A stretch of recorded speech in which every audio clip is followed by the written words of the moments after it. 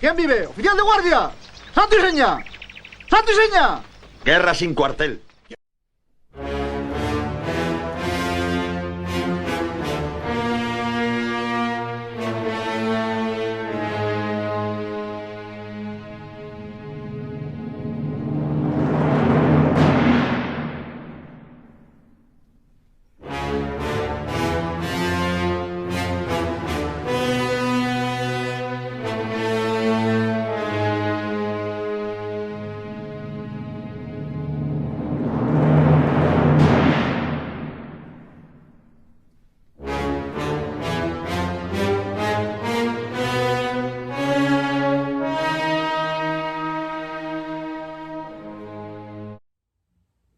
Bienvenidos a Santo y Seña.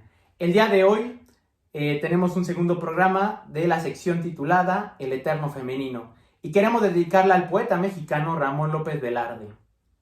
Sin embargo, antes de introducir a este poeta, queremos encomendarnos a la Santísima Virgen de la Soledad, que es patrona del pueblo natal de Velarde, es decir, Jerez, Zacatecas. Por lo cual vamos a encomendarnos a su divina protección. En nombre del Padre, del Hijo y del Espíritu Santo. Amén. Recordamos que estamos ante la santa presencia de Dios. Oremos. Santa Virgen de la Soledad, Ruega por nosotros. en nombre del Padre, del Hijo y del Espíritu Santo. Amén. Si bien es verdad que el pasado 19 de junio dedicamos una cápsula a este poeta con motivo del centenario de su muerte, hoy queremos dedicarle una charla porque creemos necesario hablar de su poesía, hablar de su literatura y sobre todo hablar un poco de aquella mujer que inspiró su principal obra poética. Me refiero a Josefa de los Ríos, que en su obra tendrá el nombre de Fuensanta. Por lo cual es necesario dedicar una charla entera a este gran poeta, que es uno de los principales escritores vanguardistas de principios del siglo XX. Y también, para introducirnos, no solamente vamos a hablar de la mujer, que siempre es la inspiración del poeta, sino también de las amistades que el artista puede llegar a tener y de esa impresión que dejan las amistades en la vida de las personas. Por eso voy a citar un fragmento de una carta, digamos, de Enrique González Martínez, poeta contemporáneo de López Velarde, y esta la escribe en Santiago de Chile el 31 de julio del año en que murió, de 1921. Ayer Herrán, ayer Nervo, ayer Jesús Urueta, hoy Ramón López Velarde. Cómo se alarga ese desfile de tumbas. Es imposible asomarse a la obra del poeta con los ojos llenos de lágrimas. Ya iremos descubriendo poco a poco lo que adivinaron sus pupilas y no logró ver la ceguedad. Ya iremos oyendo a pausa su mensaje lírico que los oídos torpes no escucharon. Pero en esta ocasión no dejaremos que nuestros prestigios se nos impongan desde afuera, sino que encenderemos nosotros mismos la llama y la vivificaremos con nuestro soplo.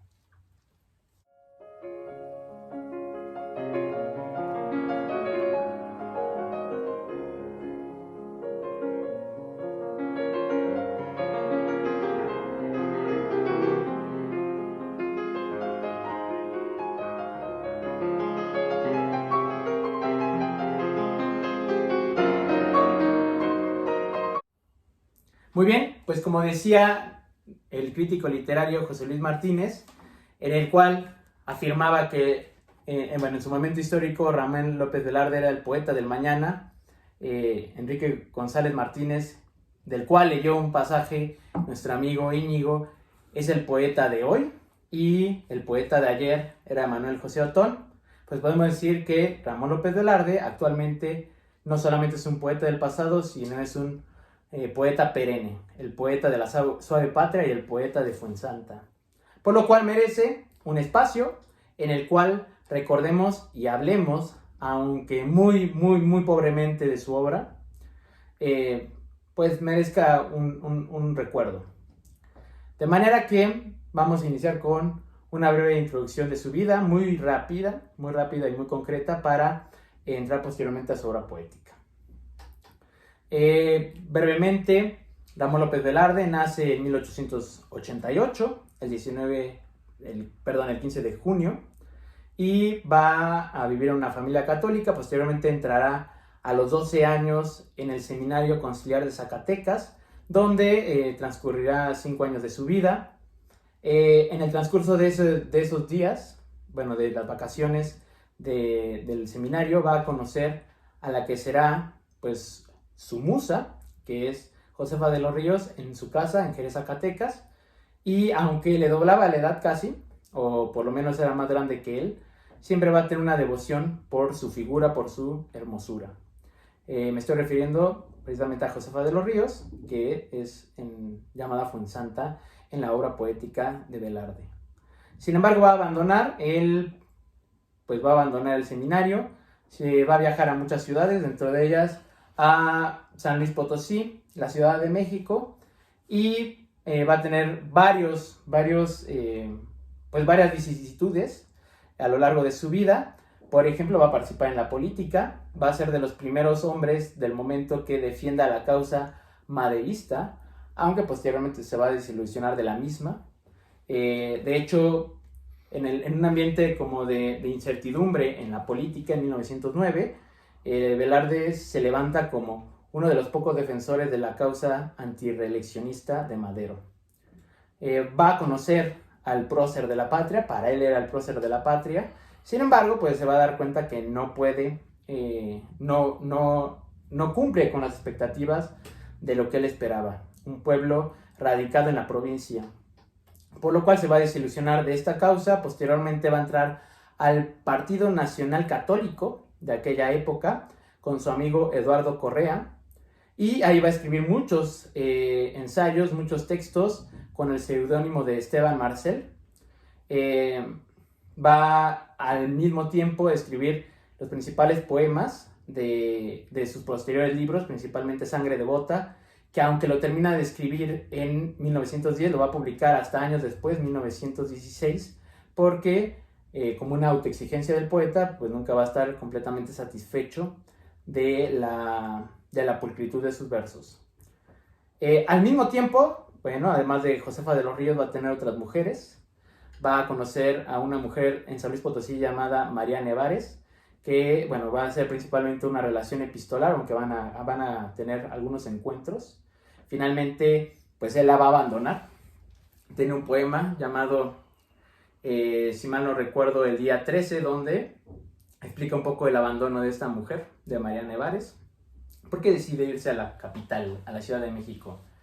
Aquí va a desarrollar principalmente su actividad literaria, política y educativa. Va a trabajar como maestra de literatura en la Escuela Nacional Preparatoria y en otras instituciones. De hecho, bueno, se me estaba pasando a decir, participó para ser diputado con el Partido Nacional Católico. Bueno, va a perder la candidatura en Jerez, Zacatecas, y va a conocer a grandes literarios del momento, grandes literatos. Enrique González Martínez, quien lo va a alabar en su obra, José Juan Tablada, Efrén Rebolledo, también a un sujeto llamado Alejandro Quijano, cuya hermana será también amante de Ramón López Velarde, Margarita Quijano, quien va a tener una relación de 1916 a 1919 y que va a acabar de manera abrupta porque, bueno, ella consideraba que Ramón López Velarde, pues su vocación no era propiamente el matrimonio, de lo cual hablaremos un poquito ya entrando en su obra. Va a conocer también a José Vasconcelos. De hecho va a escribir en su revista El Maestro, y pues desde el primer momento va a ser reconocido como un gran poeta por parte de la nación mexicana. Es decir, desde que estaba muy, auspiciando su obra, a los 20 y tantos años, pues la élite intelectual de la época va a reconocer la originalidad de los versos de Ramón López Velarde. Sí, inclusive hasta los políticos, ¿no? de ese entonces, por ejemplo, Obregón, que reconocían el trabajo del autor. Y bueno, todos los que tienen 20 y tantos o 30 años, pues ya vieron todo lo que hizo este poeta en la política, en bueno, obviamente en las letras, en la historia de México, y pues toda la responsabilidad que tenemos, ¿no? No, pues ya nosotros estamos más allá de los 20, entonces, No, pero- pues prefiero tocar el otro punto en el cual afirmas de que era conocido por los políticos, no solamente por Madero. Pues ya el momento en que muere, va a morir en 1921, precisamente el 19 de junio, y Álvaro Obregón va a nombrar luto nacional ese día por su muerte. José Vasconcelos va a pronunciar un discurso fúnebre y pues de una u otra forma, por eso decimos que es el poeta de la suave patria, es el poeta de la patria, de México, que en cierto sentido, no en un sentido político, sino en un sentido más poético e íntimo, en efecto lo era. Sí, y de hecho se le concede el privilegio de poderle hacer un poema a la patria, porque fue el privilegio de como es el poeta más conocido, más reconocido, tiene el privilegio de esa concesión de poderle hacer el poema a la patria, que es el Suave Patria, que todos lo leímos en la primaria, nos lo ponían en la primaria y en la secundaria, y es el poema, pero es un reconocimiento. No es que este poeta se le ocurrió, sino es una concesión que se le da, el gobierno se la da para el reconocimiento de los 100 años de la nación. Sí, porque recordemos que hace 100 años, 1921, se está celebrando el centenario de la independencia, como nosotros estamos celebrando los 200 años de la consumación de independencia. Bueno, nosotros no, Bueno, la patria, el gobierno el mexicano. gobierno mexicano, que bueno, recientemente ha celebrado esta festividad. Y bueno, en motivo de esta festividad, encomiendan a López Velarde escribir este poema de Suave Patria, que realmente es una obra maestra. Exacto. Pero bueno, hablaremos más adelante, aunque sea muy brevemente, de esta obra. Para concluir, va a escribir, bueno, su principal obra solamente son 2 libros publicados, Sangre Devota, repito, en 1916, y su obra en 1919, aunque dejó algunas poesías y algunos ensayos que, bueno, se publicarán póstumamente. Ramón López Velarde muere en 1921 a los 33 años y también muere soltero, no va a casarse, no va a tener familia y muere de hecho en la calle de Jalisco, que actualmente se llama Álvaro Obregón, donde actualmente pues, se encuentra la casa del poeta. Entonces, brevemente esta es su vida, no queremos profundizar más en ella porque queremos introducirnos a su obra.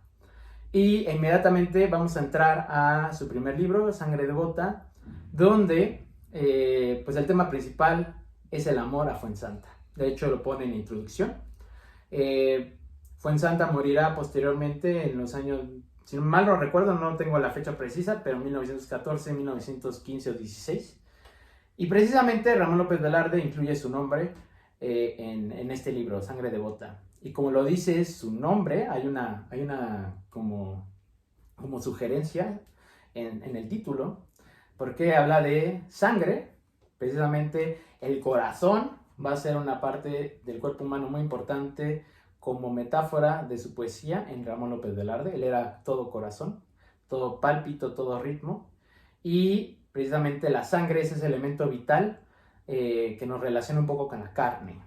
Y por otra parte está la devoción, que nos lleva a un plano más espiritual, un plano que nos acerca a la religión, y precisamente esta contradicción o supuesta contradicción que en Velarde se hace finalmente conciliación, pero esta contradicción del momento está reflejada en esta obra, Sangre Devota. Y de hecho, él nunca deja esa conciliación, como dices bien, de esto que pudiera parecer mundano, que es el erotismo, y lo sacro y lo sagrado, que es la religión. Pero al final parece que danza en esas dos, e inclusive le puede dar un poquito de religiosidad a ese erotismo y también un poquito de sabor a esa religión, ese sabor provinciano a eso religioso. Entonces él juega mucho con eso, y la palabra exacta es conciliación, porque no es una unión improvisada, una unión apresurada de lo que es lo provinciano, lo erótico y lo religioso, lo sagrado, y lo místico inclusive, sino es totalmente humano, digamos un humano completo, con toda la visión, la cosmovisión pues de lo que nos hace ver el poeta. Sí, muy bien. Sin embargo, o sea, hay que decir que, pues, sobre todo al final, sus últimos poemas van a ya tener una carga que para un católico podrían parecer hasta, en cierta medida, rayanos en la herejía o en la idolatría, precisamente porque esta fusión entre erotismo y religión provoca que muchos símbolos de la religión queden en servicio del erotismo. Entonces, pues para leerlo de entrada no tenemos que ser pues asustadizos, no tenemos que escandalizados, no tenemos que escandalizarnos, sino que tenemos que ver en la obra de Ramón López Velarde un hombre de carne y hueso que, claro, como todos nosotros, sufrimos contradicciones, sufrimos tentaciones, y sobre todo vemos un hombre que trató en este conflicto de sublimarlo y hacerlo arte. ¿Cómo esa frase que decía? Tengo lo del credo lo tengo bien, pero los mandamientos no. Claro, pues y es un conflicto del... Y de cualquier ser humano, no vamos a presionarnos aquí. Pues, todos los seres humanos tenemos ese conflicto. Al final todos tenemos tentaciones y a veces podemos no caer y a veces sí. Muy bien. Y de hecho creo que esto es muy importante porque para realmente disfrutar su obra, no quiero decir que es la única condición, pero sí ayuda mucho tener una noción de, o haber sido educado en una escuela, una familia católica, porque entienden mucho de las referencias y los conflictos que siente el poeta. Y como un testimonio humano, nosotros lo queremos leer, precisamente la poesía, el arte, nos plasma ese corazón que mencionaba al principio de Ramón López Velarde, que fue sobre todo pasión. Y bueno, para reflejar y más o menos ustedes tengan una probada de su poesía, de este libro Sangre Devota, les voy a leer brevemente un poema, La tónica tibieza, donde habla de la contradicción entre pues, el amor a las mujeres y el amor que siente a pues, un sentimiento propiamente santo, ¿no? Entonces voy a leerlo y comienzo. La tónica tibieza. ¿Cómo será esta sed constante de veneros femeninos, de agua que huye y que regresa? ¿Será este afán perenne franciscano polígamo?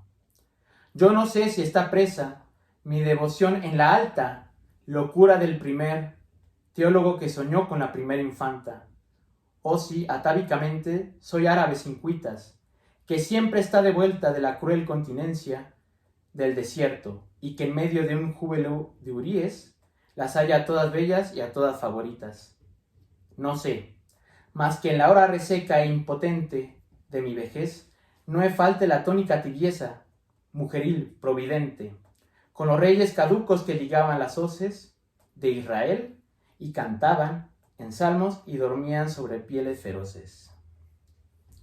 Bien, aquí estamos viendo pues muchas de las inquietudes del poeta. Primero, como dice, un afán perenne que no reconoce en un primer momento si es franciscano o polígamo, es decir, si es propiamente tiene un origen sagrado o un origen profano.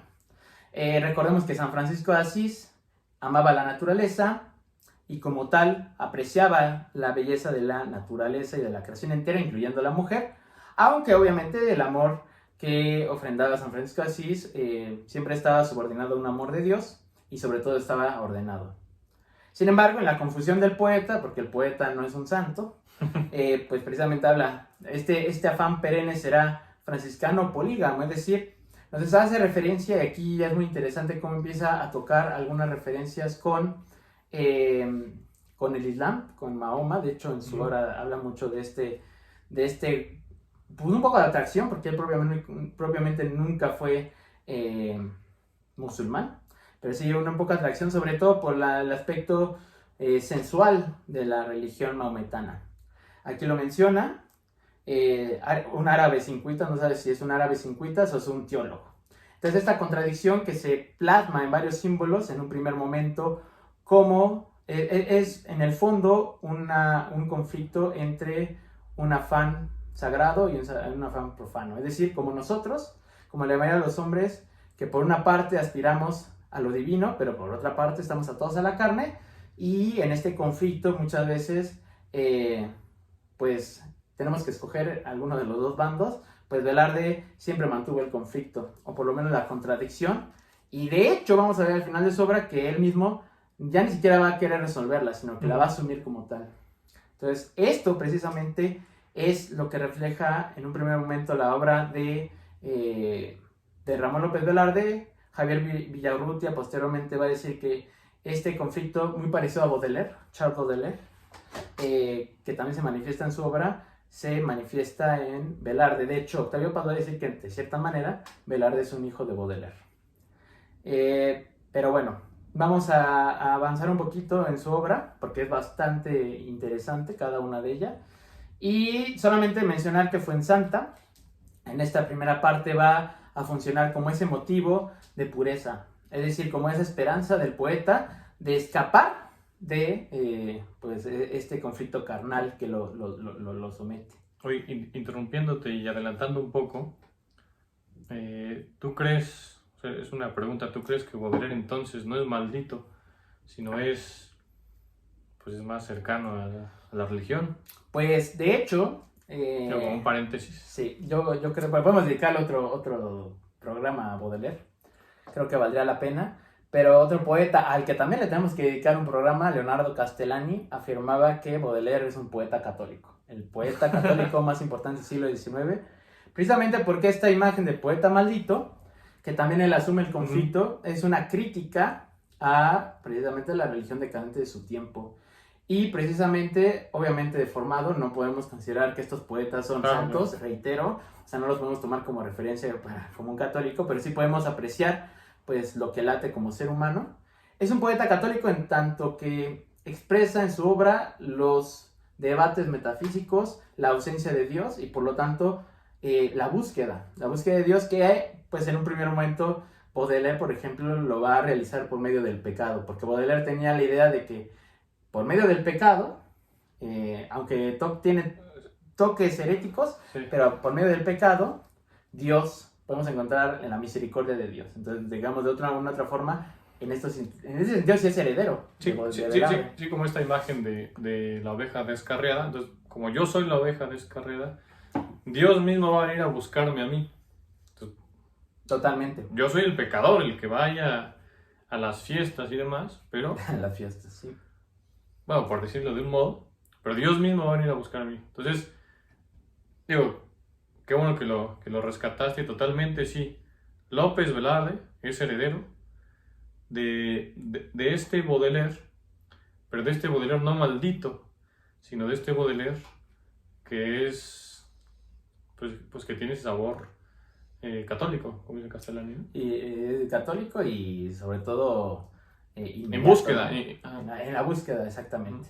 De hecho, bueno, no vamos a entrar rápido a Baudelaire, pero el último poema del viaje, de Las flores del mar de Baudelaire, precisamente habla de un viaje, de una búsqueda que al final, pues, Baudelaire siempre estuvo este anhelo del infinito.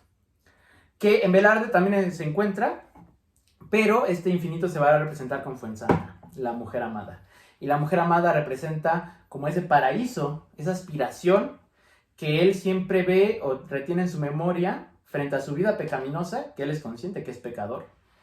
Siempre es como esa reminiscencia de aquel pasado infantil en la provincia, en aquel paraíso donde se siente resguardado. De hecho, también en Velarde otra contradicción, otras dos imágenes muy interesantes, no solamente con respecto a la mujer pura del campo, de la provincia, que de una u otra forma salva al poeta, Josefa de los Ríos y las Jerezanas, contra la mujer de la ciudad pecaminosa que incita a la tentación. También está este conflicto entre la provincia y la ciudad pecaminosa que nos lleva a la perdición y un vislumbramiento de un paraíso en la provincia, en Jerez, Zacatecas, que, y con esto ya pasamos a zozobra, para hablar de otro gran poema, por lo menos en Sangre de Devota, manteniéndonos en esta obra, en esta primera obra, pues se mantiene como esta pureza de la provincia, pero ahorita veremos que en zozobra ese paraíso, esa figura de Fuensanta un poco va a caer, precisamente porque el poeta se va a hacer consciente de que ese paraíso ya ha sido perdido, es decir, no podemos retornar a la provincia. Y esto lo veremos ya propiamente en zozobra con uno de sus magnos poemas, que es precisamente El Retorno Maléfico. Bien, vamos a estudiar un poco el retorno maléfico, pero antes sí quiero que sea totalmente en nuestra imaginación. Es que nosotros si nos están viendo desde la ciudad, pues no sabemos qué significa la provincia, y menos la provincia de hace 100 años. Pero si alguna vez ustedes han tenido la oportunidad de viajar a la sierra, o de viajar a algún rancho de algún tío, de algún familiar, de estar en medio de alguna parte de la Sierra Madre Occidental, o de la Sierra de Guadalupe, o de la Sierra en Veracruz, o bueno, ¿saben a lo que me refiero? A esta parte rural, totalmente rural. Tenemos que ser conscientes de esa parte rural. Y como dijo Daniel hace rato, si tuviste una educación católica, si tienes 30, 40 o la edad que tengas, pero estuviste en una escuela católica o vienes de una familia católica, puedes tener eso, digamos, esa parte de tu visión será la provincial y la católica. Y de otro lado, bueno, el otro lado es el fácil, que es la citadina, pues cualquiera estamos en una ciudad y sabemos la podredumbre que tiene la ciudad y lo pecaminoso que es una ciudad. Inclusive cómo son los mismos animales, los mismos perros en los ranchos y en el campo, y cómo son los perros en las ciudades, son totalmente distintos. Bueno, y además que hay más animales en la sierra y en el campo. Entonces, para entender el conflicto, no solamente es un conflicto espiritual, sino es un conflicto espacial también, el conflicto de ver una vaca, de ver corriendo un caballo, de ver, de oler, de esos olores que tiene el campo. Y también esos otros olores que tiene la ciudad. O sea, como ver que físicamente si hay un contraste entre esto sacro y mundano que venimos hablando. Pero bueno, vamos a este contraste. Bien, ahorita rápido, antes de entrar al retorno maléfico, un punto rápido. Precisamente el erotismo de Velarde está en esa tensión entre el pecado, la virtud, ciudad, provincia, entre la mujer santa, fuensanta, o la mujer de la ciudad pecaminosa. Está ahí el erotismo. El problema de nuestro tiempo es que hemos perdido el erotismo. ¿En qué sentido? Precisamente nosotros, como hemos perdido esta noción de la provincia, hemos perdido esta noción de la naturaleza, hemos perdido esta noción de la religión, como hombres contemporáneos del siglo XXI viviendo en una ciudad, no tenemos esta segunda dimensión, solamente tenemos la ciudad citadina y con eso la hipersexualización. Con hipersexualización, además de eso, viene la pérdida del erotismo, no solamente de la virginidad, no solamente de la castidad, sino del erotismo, porque el erotismo está en el gusto por aquello que se presenta velado, aquello que se presenta prohibido, es el deseo que de una u otra forma no se puede satisfacer porque pues existe un impedimento. Es decir, en esta tensión, que es lo que va a mantener siempre Velarde durante toda su vida, precisamente por ese nacimiento en la provincia y que nosotros lamentablemente hemos perdido y que por lo mismo muy seguramente no logramos comprender su obra totalmente, pues es importante tenerlo presente. Hay que rescatar este erotismo de la obra de Ramón López Velarde. Y bueno, es nada más lo que quería comentar. Muy pertinente. Bien, pues entraremos al Retorno Maléfico. Entraremos a hablar del Retorno Maléfico, sí, de este poema de zozobra. Entonces, bueno. Espero que no se aburran en escucharnos, pero creo que es importantísimo que la poesía, primero aprender a un poeta con sus obras, y lo otro, aprender la poesía en voz alta. Si pueden leer un poema, léanlo, y en voz alta, que no les dé pena. Muy bien. El Retorno Maléfico. Ade Ignacio I. Gastelum. Mejor será no regresar al pueblo, al Edén subvertido que se calla, en la mutilación de la metralla. Hasta los fresnos mancos los dignatarios de cúpula oronda, han de rodar las quejas de la torre, acribillada en los vientos de fronda. La fusilera grabó en la cal de todas paredes de la aldea espectral negros y aciagos mapas, porque en ellos leyese el hijo pródigo, al volver a su umbral, en un anochecer de maleficio, a la luz de petróleo de una mecha, su esperanza deshecha. Cuando la tosca llave enmohecida, tú eres a la chirriante cerradura, en la añeja clausura del zaguán, los dos púdicos medallones de yeso, entornando los párpados narcóticos, se miraban y se dirán, ¿qué es eso? Y yo entraré con pies advenedizos hasta el patio agorero, en que hay un brocal ensimismado, con un cubo de cuero, goteando su gota categórica, como un estribillo plañidero. Si el sol inexorable, alegre y tónico, hace hervir a las fuentes catecúmenas, en que bañábase mi sueño crónico, si se afana la hormiga, si en los techos resuena y se fatiga, de los buches, la tórtola, el reclamo, que entre las telarañas zumba y zumba, mi sed de amar será como una argolla empotrada en la losa de una tumba. Las golondrinas nuevas, renovando, con sus noveles picos alfareros, los nidos tempraneros, bajo el ópalo insigne de los atardeceres monacales, el lloro de recientes recentales, por la ubérrima ubre prohibida de la vaca rumiante y faraónica, que el párvulo intimida. Campanario de timbre novedoso, remozados altares, el amor amoroso de las parejas pares, noviazgos de muchachas, frescas y humildes, como humildes coles, y que la mano dan por el postigo, a la luz de dramáticos faroles, alguna señorita que canta en algún piano, alguna vieja aria, el gendarme que pita, y una íntima tristeza reaccionaria. Bueno, este poema es muy triste, porque es justo de lo que venimos hablando, ese contraste, pero con impacto. Él regresa al pueblo y de hecho nos dice, ojalá no hubiera regresado, porque le impacta tanto. Bueno, él sale de su pueblo natal y luego regresa y es ese paraíso perdido del que estabas hablando. El Edén subvertido. El Edén subvertido. ¿Por qué está destruido? ¿Quién lo destruyó? Justo ese progreso, esa revolución, destruye ciudades. Y aquí nos podemos preguntar algo. ¿De qué sirven las revoluciones si solamente se ponen a destruir pueblos alejados que no tenían ni la debían ni la temían y van y los destruyen?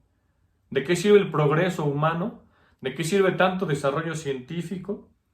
Esa ilustración, esa burguesía, ¿de qué sirvieron? Si solo van a destruir lo provinciano y eso sagrado, no solamente pensando en la religión, sino pensando en eso sagrado de la naturaleza y eso sagrado que era intocable. Y de la casa Y de íntima.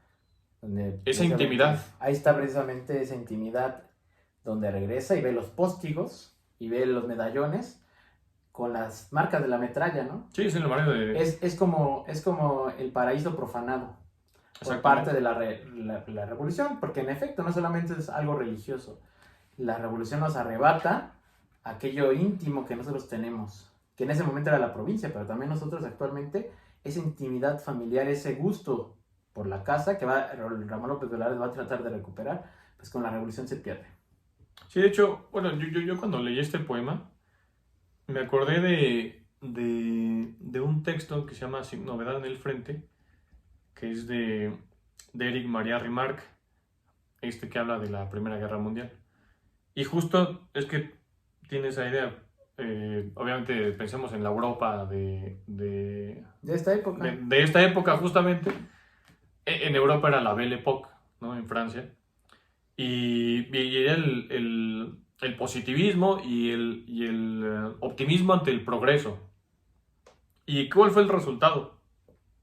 El resultado en México de una revolución que vino según que de la iniciativa del pueblo y no sé qué tanto, y de la guerra mundial que vino por el progreso de Europa y de Alemania y del antiguo imperio prusiano, y al final terminó destruyendo las ciudades, por primera vez destruyendo a los civiles, o sea, destruyendo las cosas que eran intocables, porque los civiles eran algo intocable, y aquí se destruyen, y se pregunta lo mismo el escritor. Pues ¿de qué sirvió tanto progreso si vamos a terminar asesinándonos en unas entre otros? Así es. Y bueno, no hablaremos posteriormente de lo que pasará con la revolución bolchevique, la revolución maoísta, la revolución nacional socialista, porque al final acaba en una revolución. Y bueno, todos estos movimientos políticos que responden a una idea cientificista y de progreso, que en efecto, como bien dices, terminan subvirtiendo el Edén, terminan rompiendo lo más íntimo que tiene el ser humano, que es pues la patria, la provincia, la casa, y el hombre ya no tiene a dónde ir, que es lo que nos pasa hoy, ¿no? O sea, hoy, ¿en dónde tenemos un resguardo cuando la revolución ha destruido en el siglo XX cualquier arraigo que nosotros tenemos a la tierra, a la patria, a la religión? Sí, imagínense estos desastres naturales que desgraciadamente se les destruye su casa. ¿A dónde tienen que ir? Pues estamos igual. No tenemos a dónde ir, porque no hay ningún arraigo. No hay de dónde sostenernos, de dónde asirnos para, olvídate tú de seguir, para volver a construir no hay ningún cimiento ya. Sí, muy bien. Pues yo nada más antes de pasar a otra cosa, quiero solamente remarcar la belleza de este poema en su forma. Ya hablamos un poco del contenido, ahora vamos a hablar de la forma. Porque precisamente está llena de aliteraciones. Que bueno, la aliteración es la repetición de un mismo sonido en un mismo verso. Les voy a leer algunos de ellos para que se den cuenta de la belleza de sonora. Y como dice Íñigo, hay que leerlo en voz alta para que se pueda saborear este sonido. El lloro de recientes recentales por la ubérrima ubre prohibida de la vaca rumiante y faraónica.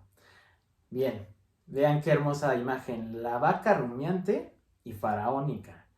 Es decir, el porte, el garbo que tiene una vaca, que bueno, hay que ver una vaca, lo que te impone ahí. Cuando tienes una vaca enfrente aunque es indefensa, y lo sabemos muy bien, porque cuando uno está frente a una vaca, pues te impone, y se ven acercando, pues no es así como, ay, qué bonito animal, ¿no? Porque uno piensa que lo va a atacar, pero es faraónica. Vean qué imagen tan bella.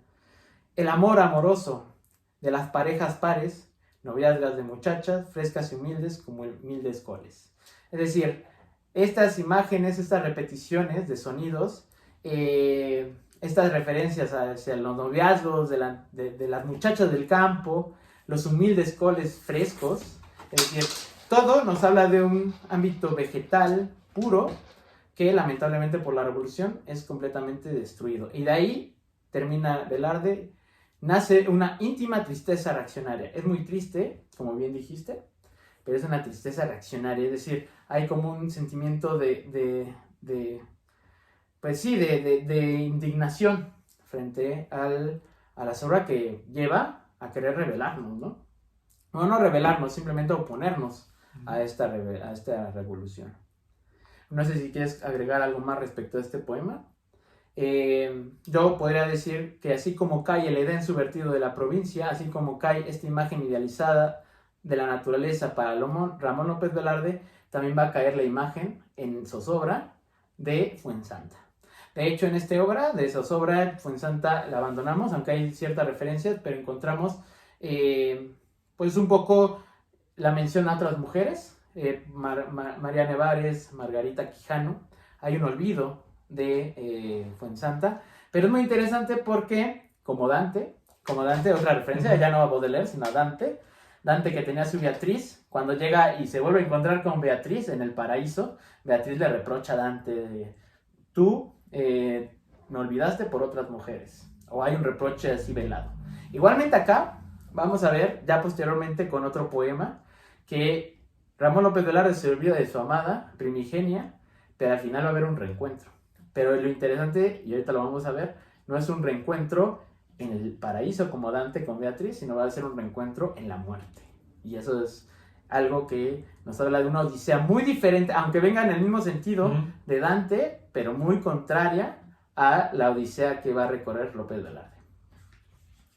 Muy bien. Entonces, bueno, en un esbozo, podríamos decir que López Velarde es casi dantesco y heredero de Baudelaire, imagínate nada más. Es heredero de una tradición católica, de una poesía católica, que obviamente tiene toques modernos, pero precisamente Claro, el estilo es ahí es está moderno. la belleza de y la gran riqueza de este autor, porque logra tocar temáticas o referencias de la literatura tradicional. Recordemos que era un gran lector de Virgilio, de Horacio, de Ovidio, porque estuvo en el seminario y era lo que se leía.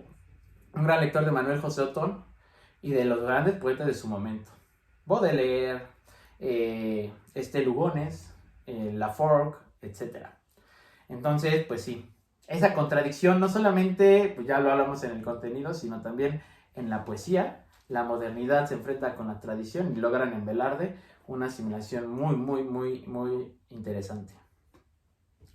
Y bueno, vamos a terminar. Vamos a hablar un poquito sobre las obras póstumas de Ramón López Velarde. Al final dejó varias poesías que no terminó de escribir, como Son del Corazón, Gavota, otros tantos, El Perro de San Roque, que ya nos hablan un poco de lo que pudo haber sido Ramón López Velarde si no hubiera muerto a los 33 años. Entonces no sé si quisieras comentar uno de estos poemas. No, nada más que murió en su esplendor. Así En su que igual clímax. en su clímax. Entonces, Precisamente. y a los 33 años, pues como católico yo creo que es la mejor edad. Digo, eres muy joven obviamente, pero Por la referencia mística. por la referencia mística obviamente con nuestro Señor Jesucristo. Y él era consciente de eso. De hecho, va a escribir un libro que se llama A los 33. A los 30, exactamente. Entonces, pues bueno, es eso, ¿no? Con esas cosas extrañas. La edad del Cristo azul se me acongoja porque Mahoma me sigue tiñendo, verde el espíritu y la carne roja, y lo estallo al beduino y al aurí como una esmeralda en un rubí. Podemos decir que también en esa, pues no contradicción, pero sí contrariedad entre lo que es provinciano, lo que es citadino, lo que es sagrado, lo que es mundano, también lo que es católico y lo que es, bueno, Mahoma y Jesús, ¿no? O sea, Mahoma sí al final sí es un personaje que lo cita varias veces. Sí. O sea, es un hombre de contradicciones. Bueno, no, de contrariedades. O sea, se contraria, pero al final concilia, o en su visión trata de conciliar, y bueno, de ahí sale esta obra. Y muy bien, vamos a ir concluyendo. Vamos ahorita a hablar de Suave Patria. Pero antes me gustaría hablar de este poema, El sueño de los guantes negros, muy brevemente, porque es un poema póstumo. De hecho, no se terminó de escribir propiamente, pero es un reencuentro con Josefa de los Ríos ya en su fase de muerta. Y esta referencia con Dante, manténganla presente porque nos habla también de una comedia, pero que termina de manera muy diferente a Dante y a Beatriz. Voy a recitar solamente algunos versos, no completo. Y dice: soñé que la ciudad estaba dentro del más bien muerto de los mares muertos. Era una madrugada de invierno y lloviznaban gotas en silencio. De súbito me sales al encuentro, resucitada y con tus guantes negros. Al sujetarme con tus guantes negros, me atrajiste al océano de tu seno, y nuestras 4 manos se reunieron en medio de tu pecho y de mi pecho, como si fueran los 4 cimientos de la fábrica de los universos. ¿Conservabas tu carne en cada hueso? El enigma de amor se veló entero en la prudencia de tus guantes negros. Oh prisionera del Valle de México, y continúa. Bien, esta imagen de los guantes negros es una metáfora fantástica, un símbolo que nos vela la muerte, es decir, precisamente se resucita la amada, pero no se resucita reintegrada como en el cristianismo, sino como cadáver. Y tiene unos guantes negros en donde se oculta, dice, el amor, el enigma de amor se oculta en tus guantes negros. ¿Qué representan estos guantes negros? Precisamente es ese plano erótico, es erótico precisamente por este ocultamiento que existe con los guantes negros, pero que en el fondo se encuentra la muerte. Precisamente en Velarde, sobre todo en sus últimos poemas, vamos a ver cómo se encuentra la muerte con el amor. El amor solamente encuentra descanso y satisfacción, ya no en un paraíso. Precisamente ahí está el paraíso perdido de Velarde, que por las revoluciones y por las condiciones sociales no logra encontrar. El poeta es consciente de esto, de cómo nos han arrebatado pues esa provincia y esa religión, y la única forma de encontrar descanso, el único resguardo que le queda al hombre es precisamente la muerte. Y es donde precisamente el amor solamente encuentra descanso cuando uno se encuentra en la tumba con el cadáver de su amada, con el esqueleto. Entonces, precisamente esta Odisea, por eso es muy moderna, aunque muchos poetas o críticos literarios le han llamado que es un poeta provinciano, realmente es un poeta moderno, porque habla de este conflicto. Así como Baudelaire era un poeta católico por este conflicto, esta ansia del infinito, esta búsqueda del sentido, del absoluto, pues Velarde es moderno, precisamente porque es la conciencia de que ya no podemos encontrar ese absoluto en lo que antes nos justificaba. Entonces, pues bueno, esta es una breve probadita de la obra de Ramón López Velarde, y ahora vamos a hablar, no podemos no hacerlo, de Suave Patria. Entonces, Íñigo, ¿qué nos quisieras comentar sobre este poema? Sobre Suave Patria? Era para introducir, que creo que es algo importante y que hemos venido diciendo, que obviamente López Velarde conocía a los poetas y a los artistas de ese entonces. Bueno, conocía y además eran amigos. Uno de ellos era Saturnino Herrán, el pintor, que también muere joven, muere a los 31 años, y que de hecho lo cita Enrique González Martínez. Y bueno, de algún modo, este grupo entre artistas, intelectuales, literatos más bien, en vez de intelectuales, escritores, poetas, al final lo que querían era el bien de México, eran totalmente nacionalistas. Entonces, en el poema Suave Patria, como en la pintura de Saturnino Herrán, como en la música de Manuel de Ponce, o sea, al final lo que ellos quieren es enaltecer a México, sin estarse peleando, sin estar dividiéndose, sino en ser totalmente patriotas, no nacionalistas en un sentido de que el mexicano es mejor que el otro, no, sino patriotas, de estar orgulloso de la patria donde uno nació. Entonces yo creo que es algo rescatable y que, a reservas de todas las contrariedades que tenía su obra y todas las conciliaciones que logró hacer Ramón López Velarde, él lo que quería, al igual que toda esta generación, era enaltecer el país. ¿De qué manera? De la más excelsa, de la más sublime, con el arte, con la música, con la pintura, con la literatura. Entonces, se le da la concesión, como ya habíamos dicho, de hacer Suave Patria, y al final salió un poema que retrata muy bien el México de ese entonces, y además retrata muy bien eso provinciano, y eso íntimo, y eso virtuoso, y ese amor a México. Entonces, yo creo que vamos a leer algunos pasajes, Sí, más sí. bien algunos estrofas. Sí, solamente decir que es una generación perdida, en efecto, eran nacionalistas. Recordemos que nace el Ateneo de la Juventud con Antonio, ¿cómo se llama? Antonio Caso, perdón, José Vasconcelos, Alfonso Reyes, va a estar, ya lo mencionados, Enrique González Martínez, Efraín Rebolledo y otros tantos escritores, y todos compartían, primero bajo la bandera de Madero, pues un nacionalismo incipiente, pero que posteriormente se van a dar cuenta que esto no va a funcionar. Yo lo que sí quiero decir es que Suave Patria no es un poema ni nacionalista, ni es político, es decir, no es ideológico. A eso me quiero referir.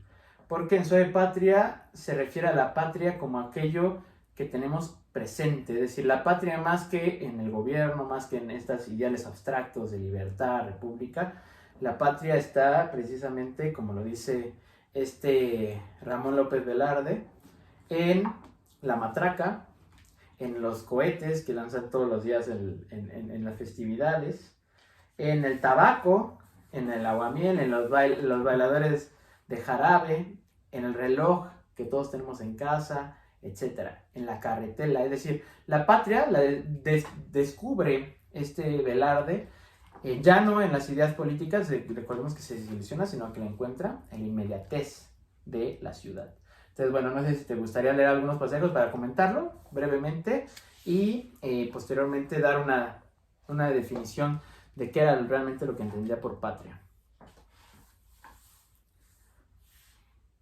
Vamos a empezar con el primero.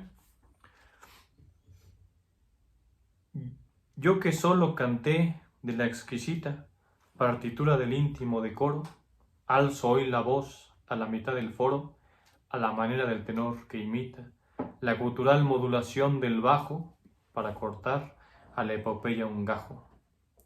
Navegaré por las olas civiles con remos que no pesan porque van como los brazos del correo Chuan que remaba la Mancha con fusiles. Diré con una épica sordina, la patria es impecable y diamantina. Muy bien. Y bueno, aquí está la referencia a la epopeya, pero que al final es una epopeya lírica.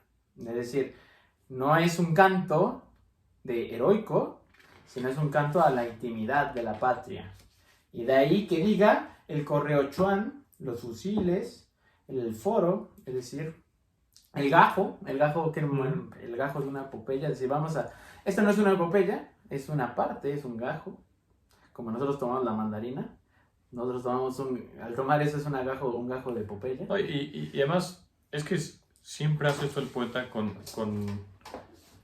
Yo creo que también lo moderno, además del estilo, es también esas imágenes que casi nadie usa, ¿no? El gajo, eso, que esa palabra sí, no es la poética. usamos entre nosotros, no se usa en la poesía. Sin embargo, es un poco, retomando a Dante, que él empieza a usar el florentino y deja de usar el latín.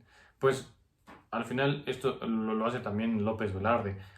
No usa esas palabras tan europeas, ¿no? tan peninsulares, y empieza a usar palabras de aquí, palabras que usamos nosotros los mexicanos. Obviamente de manera bella, de manera Las poetiza. sublime. Poetiza esas palabras que, o sea, quien pone gajo en un poema y se escucha bien, ese es un poeta excelente. Por ejemplo, las campanadas caen como centavos. Todos reconocemos, hemos escuchado los centavos caer, y las campanadas, y las unimos, las campanadas caen como centavos. Yo solamente quiero recitar un párrafo de esta obra y ya. Que es en el primer acto, en la segunda estrofa, donde dice: el niño Dios te escrituró un establo y los veneros del petróleo el diablo. Que es un poco lo que resume lo que hemos querido decir. Precisamente el niño Dios, la imagen que todos nosotros como mexicanos tenemos del niño Dios, del nacimiento, que se refiere a la provincia, a la religión, que nos escrituró un establo, pues también hace referencia a esto que nos donó en cierta medida la cristiandad, es decir, toda una civilización constructora que lamentablemente posteriormente los veneros del petróleo, el diablo, es decir, la revolución, nos va a venir a destruir, a despojar, y que lamentablemente Velarde lo vivió y nosotros lo padecemos en la actualidad. Yo creo, bueno, esto ya es una opinión personal, a ver qué te parece. Yo creo que precisamente esta desilusión viene por el componente nacionalista de estos primeros escritores. Yo creo que Velarde, si hubiera crecido un poco más, posiblemente, y hubiera profundizado en su obra, hubiera descubierto la hispanidad. Es decir, se hubiera dado cuenta que detrás de todos estos nacionalismos creados por la revolución, se encuentra una patria que nos hermana a todos los americanos, nos hermana a los hispanoamericanos y nos hermana con los españoles, que es precisamente la hispanidad, que se centra en el castellano, se centra en una misma fe y se centra en un mismo espíritu. Entonces yo creo que lamentablemente no puedo llegar a vivir más tiempo, pero posiblemente si hubiera profundizado, Ramón López Velarde hubiera alcanzado a ver o a intuir la hispanidad, como otros poetas lo harán, Rubén Darío, por ejemplo, que él propiamente ya habla de la hispanidad. Y bueno, no sé si quieres decir algo más. Es un futurible totalmente acertado. Es una posibilidad que, bueno, va a quedar ahí. Y pues bueno, no sé si quieres agregar algo más, Íñigo, decir algo más respecto al poeta. Yo podría concluir, pero bueno, tú dime si quieres mencionar algo más, con una frase que creo que ejemplifica toda la obra de Ramón López Velarde, el sentido de su obra. Bueno, yo nada más voy a recordar la anécdota de que en todas las conferencias lo dicen, pero pues yo la voy a recordar, que le preguntaba Borges, el escritor argentino, a Octavio Paz, que era la chía, el agua de chía, y entonces Paz le dice, bueno, el argentino no sabía, obviamente. Entonces le dice, no, pues, ¿a qué sabe la chía? Y entonces le dice, no, pues a tierra, ¿no? O sea, tiene un sabor terrenal.